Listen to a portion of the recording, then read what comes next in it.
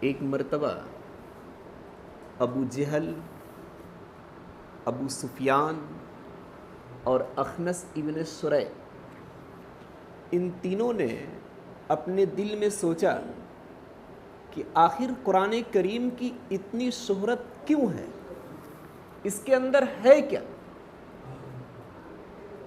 چل کر اسے سننا چاہیے تاکہ کچھ پتہ چلے کہ آخر اس کے اندر کیا ہے۔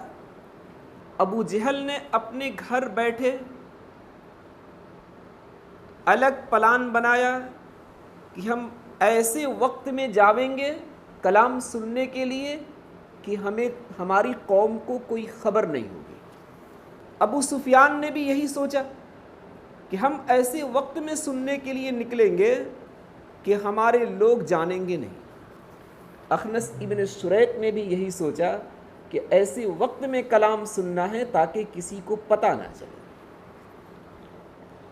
یہ تینوں بغیر کسی دوسرے کو بتائے ہوئے اپنے اپنے گھر سے نکلے۔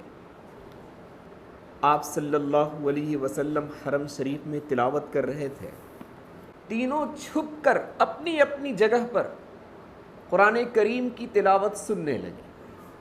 کافی وقت گزر گیا، پھر ان تینوں کا ارادہ ہوا کہ ہم لوگوں کو اب چلنا چاہیے۔ ابو جہل اپنے راستے سے نکلا، ابو سفیان اپنے راستے سے نکلے اور اخنس ابن سریق اپنے راستے سے نکلا۔ وہ تینوں ایک ایسے راستے پر پہنچے جہاں پر تینوں کی آپس میں ملاقات ہو گئی۔ ابو سفیان نے کہا ابو جہل کہاں سے آ رہے ہو؟ ابو جہل نے اخنس ابن سریق کو کہا اخنس تم کہاں سے آ رہے ہو؟ اخنس نے کہا ابو سفیان کو تم کہاں سے آ رہے ہو؟ خیر تینوں کا تو ایک ہی مدعا تھا۔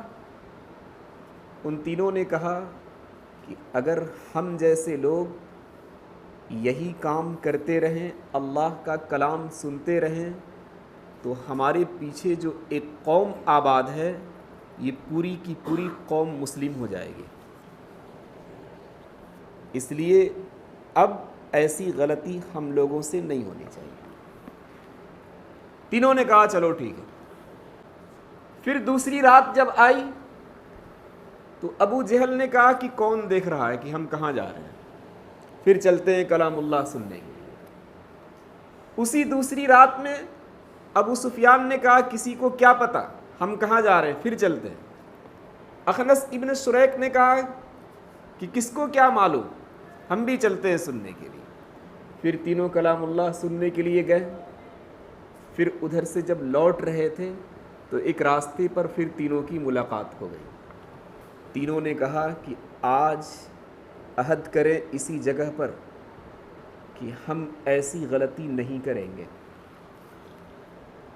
پھر الگ الگ اپنے گھروں میں چلے گئے۔ پھر تیسری رات آئی، ابو جہل پھر نکلا سننے کے لیے۔ اسی رات ابو سفیان بھی نکلے، اسی رات اخنس ابن سریق بھی نکلے۔ تینوں نے اللہ کے کلام کو سنا۔ پھر جب واپسی ہونے لگی پھر ایک راستے میں تینوں کی ملاقات ہو گئی۔ تینوں نے کہا کہ اب عہد کرنے سے کام نہیں چلے گا، پکا عہد کرے کہ اب ایسی غلطی کبھی بھی تاحین حیات ہم نہیں کریں گے، ورنہ مرحلہ بہت خراب آنے والا ہے اور پوری کی پوری قوم جب مسلم ہو جائے گی تو پھر ہم کسی در کے نہیں رہیں گے۔ کہا یہ بات ٹھیک کر رہے، اب آج کے بعد سے نہیں آئے۔ تینوں چلے گئے اپنے اپنے گھروں میں۔ لکھا ہے ابو سفیان اپنے گھر سے لاٹھی لے کر نکلے، اخنس ابن سریق کے گھر پہنچے۔ کہا کہ تم یہ بتاؤ 3 دن تو نے اللہ کا کلام سنا ہے، تمہاری کیا رائے ہے اس کے بارے میں؟ اخنس ابن سریق نے دبے الفاظ میں کہا کہ وہ کلام حق ہے، کسی انسان کا کلام نہیں ہے۔ ابو سفیان نے کہا کہ میری بھی یہی رائے ہے۔ پھر وہ دونوں ابو جہل کے پاس گئے، ابو جہل سے بات ہوئی کہ تمہاری کیا رائے ہے اس کلام کے بارے میں؟ ابو جہل نے کہا کہ دیکھو نبی اکرم صلی اللہ علیہ وسلم کا تعلق بنو عبد مناف سے ہے، اور ہمارے خاندان کا اور بنو عبد مناف کا آپس میں ٹکر رہا ہے، زبردست ٹکر رہا ہے۔ بنو عبد مناف والے اگر سخاوت میں اور بخشش میں جب وہ آگے بڑھتے ہیں تو ہمارے خاندان والے بھی سخاوت اور بخشش کا کام شروع کر دیتے ہیں۔ بنو عبد مناف والے جب غریبوں کی سرپرستی کرتے ہیں اور ان کی امداد کرتے ہیں تو ہمارے خاندان والے امداد کرنا شروع کر دیتے ہیں، بالکل ان سے ذرہ برابر کم نہیں ہے۔ یہ ہر وقت کا مسئلہ ان کے ساتھ ہمارا رہا ہے۔ لیکن بنو عبد مناف والوں نے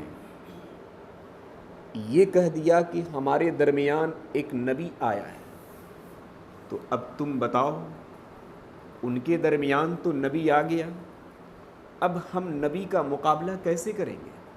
ہم کیسے کہہ سکتے ہیں کہ ہمارے خاندان میں بھی ایک نبی آیا ہے؟ یہی وجہ ہے کہ ہماری دشمنی محمد صلی اللہ علیہ وسلم سے تاحین حیات رہے گی، ہم کبھی ان پر ایمان لانے والے نہیں ہیں۔ اور جہاں تک کلام کی بات ہے تو واقعتاً وہ اللہ کا کلام ہے، وہ سچا کلام ہے، اس کے اندر کوئی شبہ نہیں ہے۔ یہ غیروں نے بھی اقرار کیا کہ یہ کسی انسان کا کلام نہیں ہو سکتا ہے، بلکہ اللہ تعالیٰ کا ہی کلام ہے، کسی اور کا کلام نہیں ہے۔